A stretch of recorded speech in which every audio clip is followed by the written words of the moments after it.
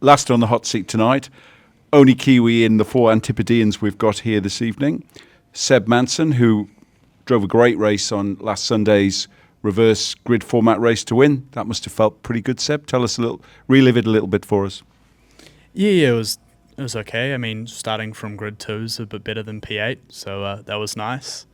But yeah, just looking to bring some of that pace into qualifying and less the reverse grid. Does it come with its own pressures being on the front row of the reverse format race? Are you sort of expected to win or do well? I mean, it's got a lot less pressure than if you actually qualified there, but I mean, it is what it is.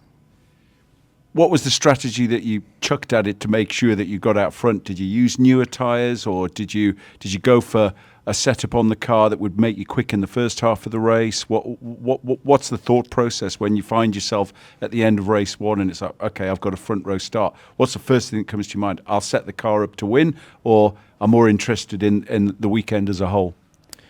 To be fair, we went quite aggressive. I mean, we were lacking a bit of pace at Hampton Downs. I mean, this championship for me was always about learning. It was never to come out roaring for the championship. So it was sort of a confidence booster, to be fair. Yeah, it went a bit better than planned, and I think it was good. But, I mean, it was a reverse grid, so it's not something to be super proud of. Next year, or this year, you're off to America too, USF Pro 2000. What are the key things that you're learning in this championship that you feel are going to be of the most use when you head over to the States? To be fair, the cars are completely different, and I mean the driving style's very, very different.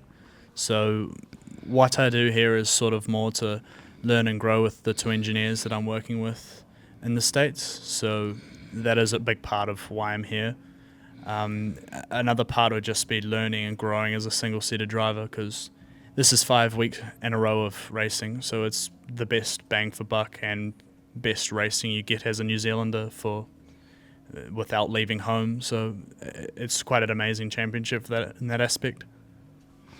And Seb, is your career path then USF Pro onto Indy next, and then hopefully Indy? And is there friends or other Kiwis like Callum or Skeets or anybody else that you might try to get some, knowledge from? Because it really is one of those places where the circuits, the ovals and all that sort of thing, you're going to need some help. Yeah, so I'm definitely quite good friends with Liam, and I'm actually living with Callum this year. So, yeah, so I definitely spend a lot of time with both of them. So, I mean, it's nice to get a bit of prior knowledge before I go there. But yeah, it's just about figuring it out for myself. Is that your ambition, though, to get to Indy? To be fair, I just want to take it a year at a time. Racing is an expensive sport, and you never know whether you're going to make it or not, or be a paid driver or paying to be a driver.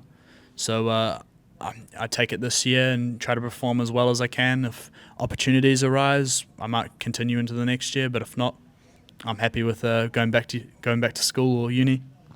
Well, go well tomorrow, Seb. Seb's one of 3 Kiwis in the race weekend this weekend, which ultimately will fight out for the Dan Higgins Trophy. But we're back tomorrow with a roundup of qualifying in the first race in the afternoon. All the best. Thanks, Seb. Thank you very much.